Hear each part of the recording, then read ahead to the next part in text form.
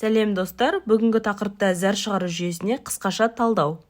Зәр шығару жүйесі адамның ағзасында, дәлірек айтқанда, қанда болатын зат алмасу процесі кезінде бөліп шыққан сұйық күйдегі соңғы қалдық заттарды сыртқа бөліп шығарып, ағзадағы су мен тұздың балансын қадағалайтын жүйе.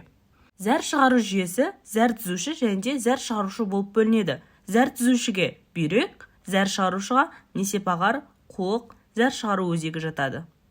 Бүйрек ол зәр түзе отырып, қаннан шығатын бөлінділерді сүзетін, арқа жотада төмен орналасқан асбұршаққа ұқсас үлкен мүше.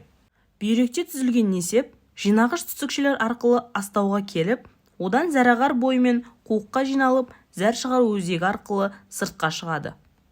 Бүйректің негізгі қызметі несеп түзу. Несеп түзілу және оны сыртқа шығару процесі диурез деп аталады. Ересек адамда тәулігіне 1-1,5 литрді құрайды. Бүйректің морфофункционалдық құрылымы нефрон. Ол мальпиге шумақтары мен бүйрек түтікшелерінен тұрады. Әрбір бүйректе 1 миллионға жуық нефрон бар. Несепағардың қызметі бүйректен шығарылған несепті несеп қуыққа жеткізу. Орташа ұзындығы 30 см, диаметрі 8 мм шамасында. Физиологиялық үш тарылуы бар.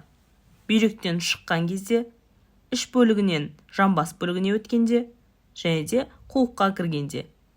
Қуық ол бүйректе түзілген зәр несепағар арқылы ағып келіп, уақытша жиналатын, пішіні алмұрт тәрізді қуысты мүше. Қуық негізінен дененің жамбас қуысында орналасады.